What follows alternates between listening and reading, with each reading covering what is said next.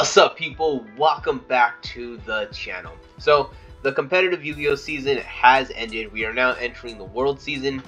So essentially what that means is the market is kind of going to slow down a bit. It's not going to 100% slow down. We still have a couple interesting things that I want to talk about here. We do got the Megatins that are coming out. We have the really cool two-player set that was just announced. We have the Dueling Nexus coming out. We have a lot of things that are going to impact the market. But when it comes to a more competitive standpoint, where certain decks and techs kind of going up, we might see a little bit of it might just get a little stagnant. Is the best way I could put it. Unless basically cards that have made a big impact in the past couple of weeks, and also in the most recent Worlds qualifier that we had, we're essentially going to see those cards kind of stick as some of the top cards. Not 100%, but that's kind of going to be it. I'm going to be doing my best to start looking for more obscure things that are kind of going up, so I'm not going over the same cards week after week. So with that being said, the first example of kind of more obscure we're talking about is Royal Swamp Eel. So this is pretty much me. I've been kind of going through this somewhat of a mini crisis, to where I've accumulated a lot of cards, and I had a system, and I kept the same system because I'm somewhat of this creature of habit, and I finally come to the realization that the system just the system wasn't working for the volume that I had anymore. So for the past couple of weeks, I essentially been grinding my way and trying to alphabetize everything, putting everything in its proper place, and just this weekend I finally finished it. So now I'm kind of able to go through these old school cards that I've kind of been sitting on for a while, and some of the cards that I've been finding are very interesting. One of them is the Swamp Eel. So this one right here is a light play unlimited one for like $2.59. I was kind of actually just really surprised that this was actually gaining kind of any traction, period. But it is a level 4 tuner, so I'm if you guys know the deck, and it's probably an Edison deck, that's probably why it's going so high. But if any of you guys know exactly why this card is going up, please let me know down in the comments below. But unlike the last card, Bonfire Colossus, I know exactly why this card is going up. We just got I think it is the Fire Kings reborn, or revised, revisited. Essentially it is a revised version of the Fire Kings, apparently to make Fire Kings great again. So a card that people are starting to look at is Bonfire Colossus, and let's see. So I totally forgot to count. I remember kind of looking over some of these, some of the cards that that were coming in the obviously coming in the structure deck, and a lot of them are level 8. So, and I noticed that well, not that I noticed, but a lot of people noticed that this card is also level 8, and it has the ability to mandatory destroy 2 fire monsters, which on the surface doesn't sound like it's that good, but when you're playing Fire Kings, that is essential to be destroying your cards. That is essentially how you get all your combos going. So this right here could be an interesting starter card. And with that being said, it was literally going for like $1, even less than $1, and now it's completely skyrocketed. Well, I mean, the chart doesn't really do it justice here. But if we're looking at here, we got a damage unlim for $5, and then a light play unlim for $8. So essentially, it's about it's an $8 to $10 card if if you're kind of looking to get it right now. To be honest, I would honestly wait on it, because we're just getting all the information, and all the different cards are starting to come in. So I would kind of hold off on this stuff. Don't just start jumping at things like this is gonna be great. This is no, just every time something like this happens, there's a whole bunch of people with a whole bunch of different techs. So kind of give it some time, and maybe you want to wait. This card probably will lose popularity and lose hype. No Punk Foxy Tune. So I've essentially noticed that Foxy Tune is still somewhat holding its value. I left it right here to kind of compare it. You got a market price of $3.50 for the secret rare, and a market price of $4.10 for the ultra rare. It's kind of crazy to me right now that the Punk engine is kind of on it's on that fringe of being really good. I think the reason why the Punk engine is not one of the main reason why the Punk engine is not really super kind of good right now is we do not have the Chaotic Ruler Dragon, which really helped having that card as the card you can access from the Punk engine really made it more valuable to throw into different decks, because you could get the 5 cards and send them and do all the shenanigans. So I guess until that card comes back, or maybe there's another card that you could kind of really abused with the Punk engine.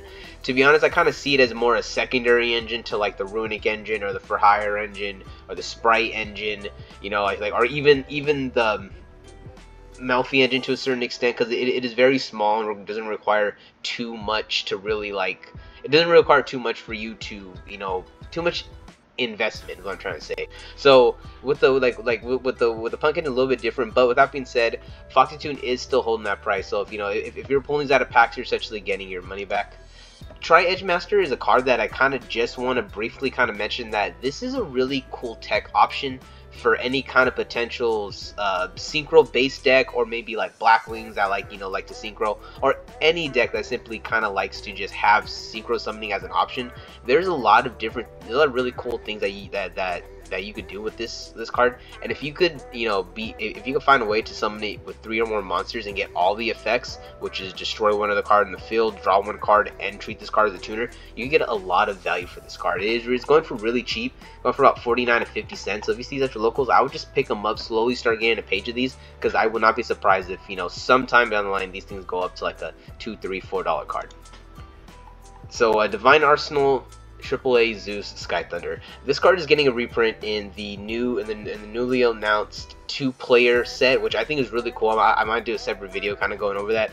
But it was one of those things where like, did they really need to reprint it again? But at the same time, I like when Yu-Gi-Oh has a good amount of reprints for a lot of cards like this. Like, I understand Yu-Gi-Oh is a little slow with, you know, with its reprints. It's slow with certain cards, I should say, because like, you know, like it's kind of in the case to where it's like, you know, like you know, like they'll sit there and do something like a Luber, like, oh, you know, if people want to run okay, so to simplify, what I'm trying to say is Konami will reprint cards in a timely manner if it benefits them.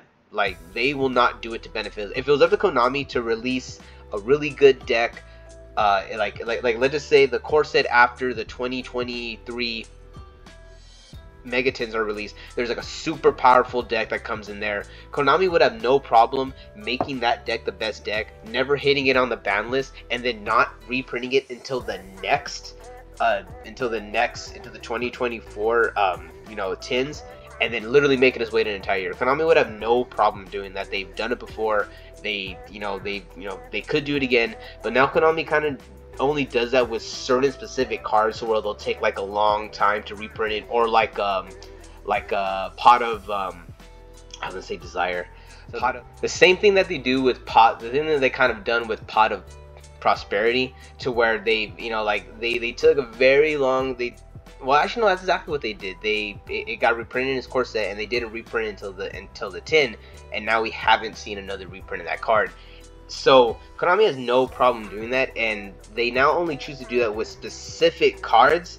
But like I said, like it is good to see them do it with more cards. I'd rather see Konami take a better step in reprinting these cards and getting us more copies of it than just sitting there and telling us to wait a full year. But with you know, like, with that being said, you could pick up this one, the ultra rare from Battles a Legend Monster Revenge for about $12, and the rest kind of follows suit. The ultra rare from the mega packs about $13. The ultimate rare is in its own little league, about 45 to 50, and then you get the secret original for about $20. So to if you don't have Zeus, I would like I said, it's not a good time to buy your competitive cards right now. I would probably chill if you're not planning to play them in any kind of special tournament, or maybe you want to be competitive at local. That's a different story. But if you're waiting for the best deal, I would just kind of hold off a bit. That's gonna go down a little bit, or get yourself on the other one.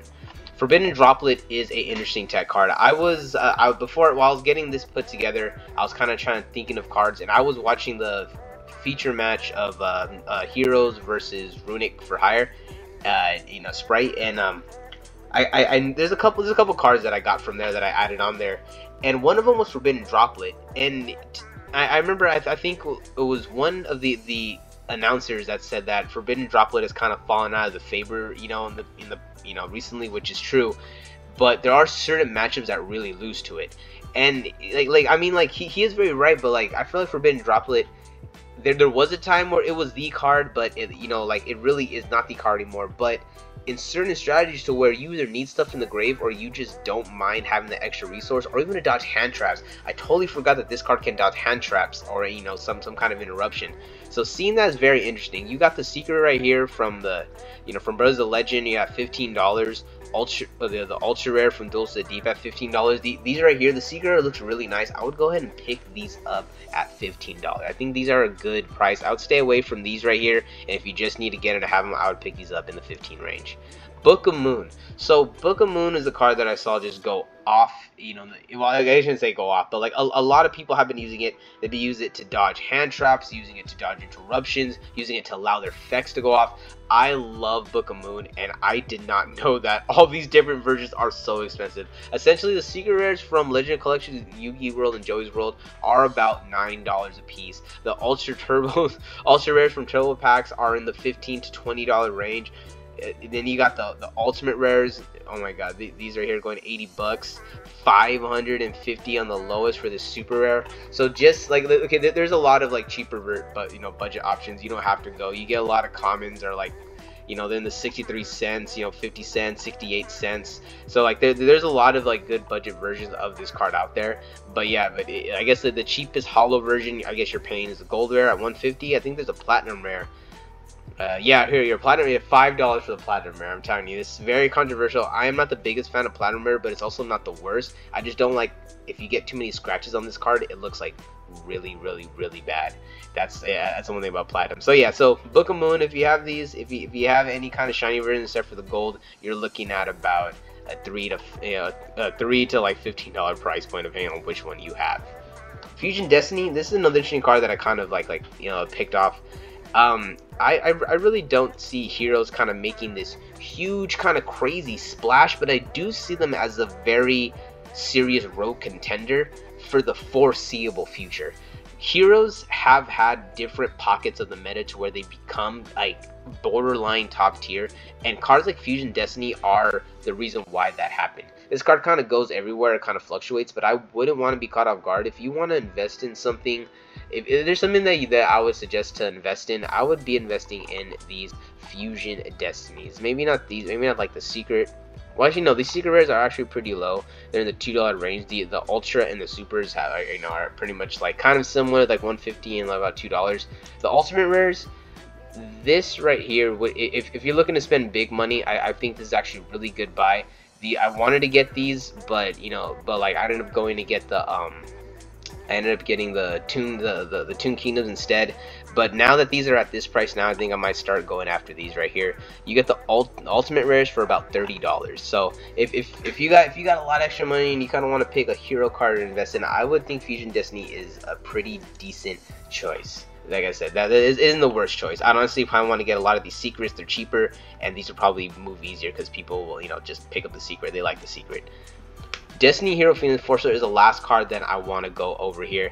It's to be honest, I was kind of tripping out. You got the Prismatic Secret and the Secret Rare are kind of going for similar prices. The original one is about a $5 pickup. We're looking at $4.93 near mint first edition. So we're looking at the $5 range for the original Secret. And then right here, I think this one, I think we got three. Yeah, three. I was gonna say $3.99, $3.95. So about $4. It's only a $1 difference between the between the Prismatic Secret and the original Secret. If you're looking to build a hero deck or try out the hero strategy that you just saw, I would just go ahead and go with the original with the original print. It is very, very, very close, and like I said, it's just kind of a bit better bang for your buck. All right, guys, that's it for the video. Like I said, if you like the content, please like and subscribe. If not, it is all cool. Peace out, guys, and I'll catch you in the next.